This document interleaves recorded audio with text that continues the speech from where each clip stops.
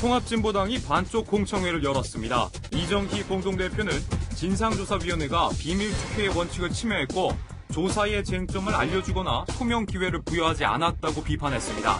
김선동 의원은 라디오에 출연해 뭉텅이 표와 관련해 풀이 살아나 다시 붙는 경우가 있다고 해명해 비난을 섰습니다.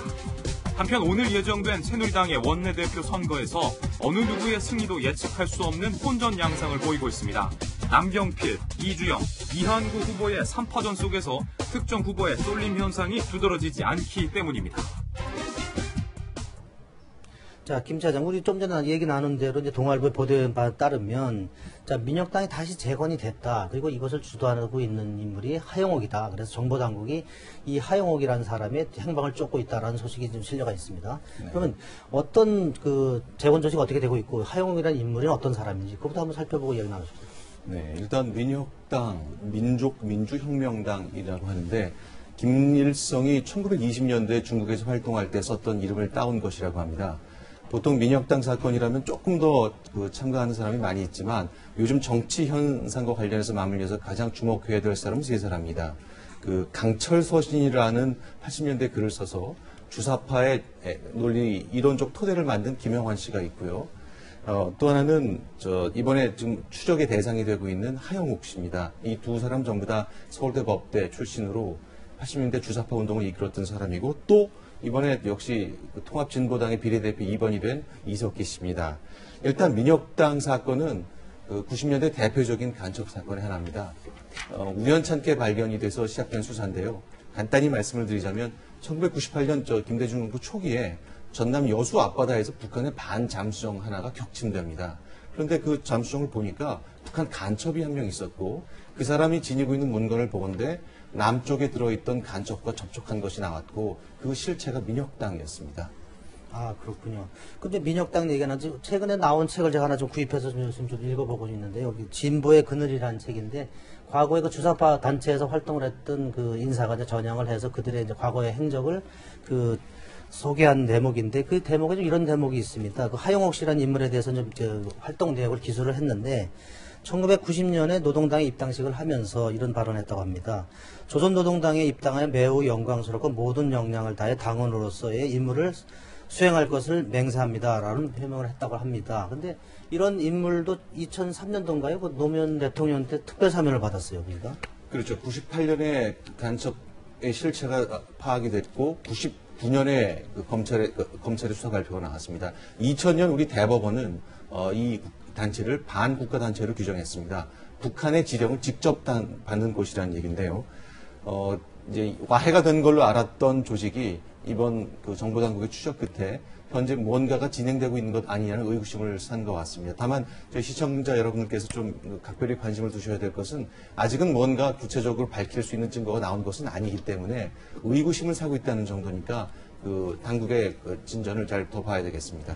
그 이석기 당선자는 근데 이거에 대해서 좀 부정을 했죠. 오늘 한겨레 인터뷰와 관련해서. 그렇습니다. 네. 어저께 인터뷰를 했는데요. 네네. 사실은 오늘 아침 조선일보를 보면은 일면에 네. 이석기 씨 사진을 싣고 있습니다. 워낙 미스테리에 쌓인 분이고 베일에 가려진 분이라 얼굴을 볼 수 없었기 네. 때문인데요. 이분을 어저께 한겨레 신문 1시간 정도 인터뷰를 했어요. 네. 그래서 여러 가지 말씀을 들었는데 대체로 저희들이 언론 보도를 통해서 읽었고 또 기사화했던 것에 대한 부인이 많았습니다. 간단히 좀 설명을 좀 드리자면요. 네. 일단 민혁당 문제에 대해서는 과거형이다. 이것은 팩트다. 근데 이제 과거를 현재처럼 만들어서 뭔가 자기에게 더 씌우려 한 거다. 보수 언론의 프레임이다. 이런 말을 했습니다. 근데 이제 이분의 특징이 애매한 화법을 많이 썼는데 무엇을 부인했는지가 분명치 않습니다. 그러니까 자기는 반국가단체를 법원이 규정한 민혁당에 가입한 적이 없다는 것인지 그것도 분명치 않고 또 어제 했던 말 중에는 나는 이제 수사를 받는 과정에 일체 혐의를 인정한 적이 없다라고 말한 게 있습니다. 그런데 이분이 이제 1심에서 유죄가 나왔고 2심에서 유죄가 나온 뒤에 대법원에 상고한 것을 포기했어요. 그러니까 억울하면 대법원의 뜻을 판단 한 번 더 받아보겠다고 한 것이 인지상정인데 이분은 어찌된 이유에서인지 상고를 포기했습니다.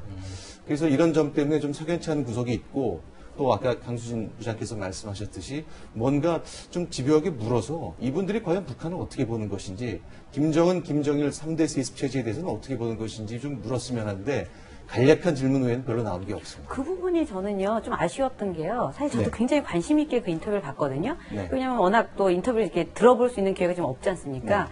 그래서 그걸 열심히 봤는데, 저희도 또 기자로서 읽다 보면 네. 질문을 하면 거기에 대한 무슨 대답이 나오면 반드시 거기에 대한 반박 질문이 또 들어가는 게 어떻게 보면 기본적인 인터뷰로 가는데, 궁금해서 막 봤는데 그런 부분이 너무 없는 거예요. 그래서 IP 관련된 이제 당내 그 선거 관련된 얘기, 그 얘기를 나왔을 때도 거기 대답이 이거는 뭐 우리의 문화를 지금 뭐 그 당원들의 그거를 이해를 제대로 못한 거다. IP조 동일한 거는 많이 쓴다. 같은 당원이 집안이기 때문에 네.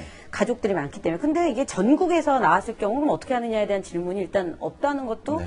굉장히 쟁점 중에 하나인데 그런 부분이 좀 아쉬웠고요. 아마 예. 굳이 한결의 역성을 좀 들어주자면 굉장히 만나기 어려운 인터뷰 대상자를 만났기 때문에 네. 혹시 너무 공격적인 질문 때문에 인터뷰가 중단되지는 않을까 그런 우려를 했는지는 모르겠습니다만 제가 보기에는 조금 질문이 좀 아쉬웠습니다. 경기동부연합 관련돼서도 이건 뭐 예를 들면 보수 언론이 만들어낸 얘기지 그렇지 네. 않다라고 했는데 사실 한겨레도 경기동부연합이 실세다라고 직접 썼거든요. 근데 그렇죠. 그 분이 인터뷰를 하면서 이거는 실세가 나는 아니고 이거는 뭐 조중동이 만들어냈다 이런 표현을 했는데 네. 그거에 대해서 그럼 반박으로 아니다 이건 다 이렇게 했는데 그건 어떻게 생각하느냐 이런 질문이 없는 거예요. 그래서 저는 그게 좀 궁금했는데 뒷얘기가 없어요. 한겨레 신문한테 좀 미안한 표현이지만 오히려 이제 해명을 많이 실어주는 그런 인터뷰가 된 것처럼 비친 게 좀 사실이고요. 네. 그다음에 이석기 당선자 그 인터뷰 내용 중에 보면 이런 부분이 있습니다. 아까 이제 북한 체제를 어떻게 보냐는 부분이 있었는데, 자 김성은 3대 세습에 대해서는 북한의 눈으로 봐야 된다. 이게 소위 말해서 이제 1980년도에 그 성두율 교수, 그 제독 사회학자인데 이 내재적 접근법으로 북한을 이해해야 된다. 그러니까 북한의 입장에서 북한을 봐야 된다는 건 굉장히 두둔하는 듯한 발언이에요. 이거 보면은. 그렇습니다. 김정은 세습 체제를 어떻게 묻냐. 보통 이런 것을 저희 동아일보 기자가 물었다면 사상 검증한 거냐 이렇게 반론이 나왔을 법한데 이제 한겨레 기자도 같은 질문을 했습니다. 다만 역시 이 부분도 좀 애매하게 답했습니다. 난 내재적 접근법적 시각을 갖고 있다고 했고 결국 20대 청년 시절에 새로운 미래와 사회에 대한 꿈을 품지 않은 사람이 어디 있느냐라는 이 완곡 화법을 통해 뭔가 자기가 그리는 세상이 있었다는 것만은 점은 분명하게 얘기를 했습니다. 예. 근데 인터뷰 내용 중에 보니까 이런 게 있습니다. 이제 유령 당원은 불가능하고 경기 동부는 현재 존재하지 않는다. 엄청난 탄압 압박에도 절대 물러나지 않겠다. 이렇게 분명히 했고 또 하다음에 이 통합진보당 그 구성과 관련해서 참여당 통합은 내가 먼저 제기를 했다. 그래서 스스로 내가 이걸 주도적으로 한 인물이다라는 것을 좀 시사한 걸로 좀 해석이 되고 있어요. 그렇습니다. 이제 진보 그룹의 과제 중에 하나가 연대였거든요. 보수는 부패해서 망하고 진보는 분열해서 망한다는 말처럼 그 미묘한 생각 차이도 많이 갈라서는 경우가 많았는데 결국 진보 그룹의 정치적 밑그림을 그렸다는 얘기가 됩니다.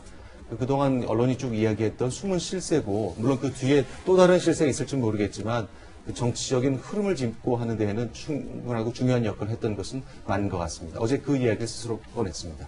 예. 당원 투표 관련된 얘기도 나와 있는데 보면은 그걸 투표를 하면 물러나게 될 것 같다는 발언이 있거든요. 네. 그건 어떻게 봐야 되나요? 글쎄요. 일단은 일단 대의원들의 의견을 모아 결정하자는 게 비당권파의 주장이고 당권파는 전 당원의 뜻을 듣자. 그런데 이제 일단 당원이 어디까지인지 그동안 10,000원에서 5,000원 정도의 당비를 실제 납부한 진성 당원들을 어떻게 가릴 것인지 그 과정에 대납해 준 것은 없는 것인지 아니면 신분증을 대신 사용한 것은 없는 것인지에 대한 확인 작업이 필요하다는 것이 비당권파의 주장입니다. 따라서 이분이 어떤 근거로 전체의 총의를 묻는다면 내가 물러나는 상황이 될 것이다라는 말을 하셨는지는 모르겠지만 또 동시에 난 절대 물러나지 않겠다는 말도 하셨기 때문에 하나의 인터뷰 내에 좀 상충되는 말씀을 좀 하셨는데 앞으로 10일, 12일 양 이틀간 통합진보당은 중요한 정치 이벤트를 갖고 있습니다. 그 10일 일산의 킨덱스에서 가장 최대 규모의 당 대의기구 회의가 있는데 그 고비를 맞으면서 이분의 생각이 좀 더 명확하게 드러날 것 같습니다. 예, 어제 말씀드린 대로 그 통합진보당의 진상검증 재검증위원회 공청회 걸렸어요. 근데 거기서 이제 여러 가지 이제 자기들 주장이 쏟아졌었는데 김선동 의원 관련해서 그 재밌는 발언이 나왔습니다. 어떤 발언이 있었는지 한번 이야기 잠깐 들어보고 할까요? 그 투표 용지 관리가 부실해서 그것이 그 저치선에 절묘하게 잘려서 계속 넣다 보면 그 풀이 다시 살아나서 다시 붙이는 경우가 있는데 네, 지금 들으신 것처럼 이제 그 풀이 살아나서 이제 투표용지가 한꺼번에 붙었다. 이제 이 얘기는 이제 뭉텅이 표가 나왔다는 것에 대한 이제 반론을 제기한 거예요. 저 부분에 대해서 참 어제 좀 인터넷상이라든가 이 정치권에서 아주 회자가 됐습니다. 그러니까 저도 참 궁금한 대목인데 일리 있는 게 하나 있긴 있습니다. 우리가 부정을 하려면 이렇게 허술하게 했겠느냐. 사실은 그렇거든요. 너무 허술하거든요. 2장 또는 6장이 그러니까 결국 그 음식점에서 간이 영수증 받을 때 그러니까 네. 쭉 뜯어주는데 그 끝부분에 영수증 끝부분에 이제 접착제가 네네. 붙어 있지 않습니까? 근데 이제 투표함에서는 2장 또는 6장이 뭉텅이 표가 나왔다는 것이 이제 그 진상조사 결과였습니다. 그런데 이제 이 김선동 의원의 주장은 이제 한꺼번에 넣은 건 아니고 각각 넣었는데 교묘하게 어떻게 투표함에 넣었는데 그것이 일렬 종대를 잘 해서 네. 그 끝부분이 잘 맞은 끝에 뭉텅이 표처럼 됐다는 건데 뭐 아까 초미에 인터넷 반응도 소개가 됐지만 이 부분 두두 회자될 가능성이 많습니다. 아, 요새는 무슨 개그 프로 보면 되게 정치적인 이슈 많이 얘기하잖아요. 근데 거꾸로 정치인들은 거의 개그맨 수준인 것 같아. 아니, 저 얘기를 듣고 저 너무 어이가 없어갖고 웃었는데, 네. 누리꾼들도 그렇고, 인터넷에서 어제 하루 종일 화제였던 것 같아요. 그렇습니다. 네. CBS 라디오였는데 진행자가 저 말을 듣고 아니 풀이 살아났다는 말씀 그 얘기인가요? 라고 반문을 할 정도였습니다. 네. 그 어제 그 공청회 분위기 좀 한번 전달 좀 해주시죠. 네, 어제 이제 국회 의원회관 대회의실에서 그 통합진보당의 당권파가 주도하는 공청회가 열렸습니다. 이른바 당 전체가 전권을 부여했던 조사위원회가 내놓은 결과가 이제 당권파 입맛에는 좀 잘 맞지 않으니까 그 진위를 한번 따져보겠다. 언론도 이런 부분은 좀 의심을 좀 해달라는 호소가 좀 섞인 것이었습니다. 뭐 이런 취지의 모임은 얼마든지 있을 수 있는데 다만 형식이나 진행 방식에서 약간 일반 정치권에 대한 기대에 대해서는 좀 반하는 것이 좀 아쉬웠습니다. 한 1시간 반, 1시간 40분 정도 진행됐고 이정희 대표가 이제 한편의 모노드라마라는 그 기사 제목이 나올 정도로 일방적으로 대화를 이끌어갔고 또 내부적으로는 그래도 우리가 이런 점은 좀 의심을 해볼 만한 것 아니냐, 지적받은 것이 좀 일리가 있는 것 아니냐라는 질문도 단 한 건도 나오지 않았다고 합니다. 예, 아까도 보니까 김선동 의원만 눈물을 흘리는 장면도 있었는데, 어디서 뭐, 당원들끼리 눈물도 흘리고 뭐 박수치고 막 했다고 그런 보도가 있었어요? 그러니까 비당권파와 인터넷에서는 이제 종교 집단의 한 지표 같았다. 박수가 있었고, 눈물이 있었고, 긴 연설이, 또 설교와 같은 연설이 있었고, 이런 것 때문에 그 통합진보당의 주류가 국민적 정서와는 조금 좀 멀어져 간 것 아닌가 하는 생각을 갖게 됩니다. 김선동 의원 눈물 흘리시는 거 봐서 갑자기 좀 체류탄 생각이 좀 났어요. 이제 새누리당으로 얘기를 조금 돌려서요. 네. 어제 이제 임태희 전 실장 네. 출마 선언 관련해서 말씀해 주시죠. 네, 그렇습니다. 임태희 실장은 대선 출마 선언을 한 것은 새누리당에서는 4번째인데 좀 특이한 점이 좀 있었습니다. 일단 출마 선언 장소가 그 국회나 그 새누리당 당사가 아니었습니다. 현재 이 서울대 경영대 출신인 임태희 전 실장은 올 봄학기부터 서울대 경영대에서 강의를 하고 있는데 그 강의를 하던 서울대 경영대에서 했습니다. 출마 선언이 나온 그곳을 선택한 이유에 대해서는 저희가 짐작하기는 국가 경영론에 대한 강의를 하는 그 환경, 그리고 이제 박근혜 비대위원장의 그 아성에 도전하기 위해서 수도권 중심의 젊은 층의 마음에 파고들겠다고 한 그 설명이 있었는데 그 설명에 부합하는 공간으로 판단한 것 같습니다. 근데 어제 그 발언 중에 보니까 이제 박근혜 비대위원장을 향해서 지금 이제 대선을 도전한 사람한테 킹메이커가 되라. 그러니까 킹이 되려고 하지 말고 킹메이커 되라 했어요. 지금 정치인들 출사표 중에서는 제일 재밌는 말이었던 것 같아요. 그렇습니다. 일단 도발적 카피를 통해서 뭔가 문제 제기를 하고 눈길을 끄는 데 성공을 한 것 같은데 제가 뭐 임태희 실장 마음속에 들어갔다 온 것은 아니라 잘 모르지만 설마 박 대표가 이것 때문에 출마를 접권한 기대를 했던 것 같지는 않습니다. 다만 이제 그 백드롭이라고 그 배경 출마 선언하는 배경판에 새롭지 않으면 하지 않겠다. 구태의원함과 싸우겠다는 말을 붙였습니다. 결국 뭔가 새로운 시도를 해보겠다는 것이고 이 박근혜로 대표되는 박정희류의 그 선진화 또 그리고 근대화 과정에 대한 한 축이 있다면 반대쪽으로 노무현 대통령으로 상징되는 진보 진영이 있는데 이 이분법으로는 그동안 우리가 너무 많이 싸웠다. 그리고 이분법을 통해 자신들의 정치적 의지를 다지는 것은 좋은데 그 과정에 국론 분열이나 손실이 너무 많았기 때문에 뭔가 새로운 것을 해야 된다는 모색의 하나로 제시한 것 같습니다. 네, 뭐 이분도 사실은 이번 정부에서 뭐 2인자 소리도 들었고 했던 분인데 그러면 할 때 그렇게 좀 어떻게 보면 그런 걸 좀 모색을 해보시지 지금 뭐 새로운 걸 하겠다 이렇게 얘기하면은 좀 비판도 받을 것 같은데. 아마 그 부분이 임태희 전 실장이 가장 아파하는 대목일 겁니다. 어제도 이제 그런 말을 들을 때 나는 일을 하기 위해서 왔고 갈등 조정을 위해 꼭 필요하다는 대통령의 제안에 거절할 수가 없었다는 설명을 했습니다. 다만 이제 앞으로 해야 될 과제라는 것이 그 자신과 이명박 대통령을 어떻게 차별할 것인지 결국 이게 자충수나 무리수가 될 수도 있는데 어제 한 가지 좀 눈에 띄는 발언을 했습니다. 이명박 정부에서 장관을 했다고 반드시 찐이라고 볼 수 있는 건 아니다. 물론 이제 유정복 전 의원 그리고 또 최경환 의원 등 친박계 의원들이 장관한 것이 있지만 임태희 전 실장이 과연 한 것이 적절했는지에 대한 평가는 여러 가지로 엇갈리고 있는 것 같습니다. 예, 어제 새누리당의 이준석 비대위원이 문재인 당선자한테 사과하는 일이 있었어요. 그것도 재미난 사건이 있었던데. 네, 좀 어떻게 보면 어처구니 없는 일인데 페이스북이나 트위터 같은 SNS를 활용한데 또 사용하는 데 있어서 굉장히 조심해야 될 대목 같습니다.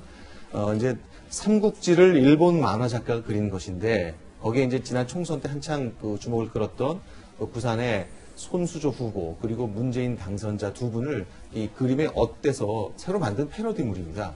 근데 이제 휴대전화 화면을 통해서 만화를 보다 보면 화면이 작기 때문에 다 못 보는 경우가 있다고 하는데 이 경우가 이제 이준석 비대위원의 설명이었습니다. 결국 그 만화 속에서는 손수조 후보가 적장인 문재인 후보의 목을 베서 땅바닥에 던지는 장면이 밑부분에 있었어요.